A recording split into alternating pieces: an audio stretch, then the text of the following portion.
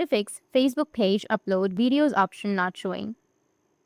So if you want to fix your Facebook page upload videos option not showing, then what you need to do is first make sure that you have a stable internet connection. Once you have your internet connection, you need to search for Play Store. After opening your Play Store, you need to go with search and search for Instagram or Facebook, whichever app you're facing the problem with. In our case, we'll have Facebook. Tap on Facebook. And if you have any updates under your Facebook, you need to just go and update it. After updating, your problem might be fixed. If that doesn't fix your problem, then find your Facebook, tap and hold on to your Facebook, go with the app info. On your app info, you need to just scroll down, and here you may have an option of storage and cache. Tap on it and then go with clear cache, which will be on the right side. Once you've cleared your cache, your problem might be fixed.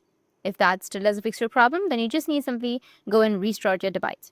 Once you relaunch the device or relaunch your Facebook page or your Facebook application, it will fix your problem. That's it. And if you have any questions, feel free to comment below. Thanks for watching.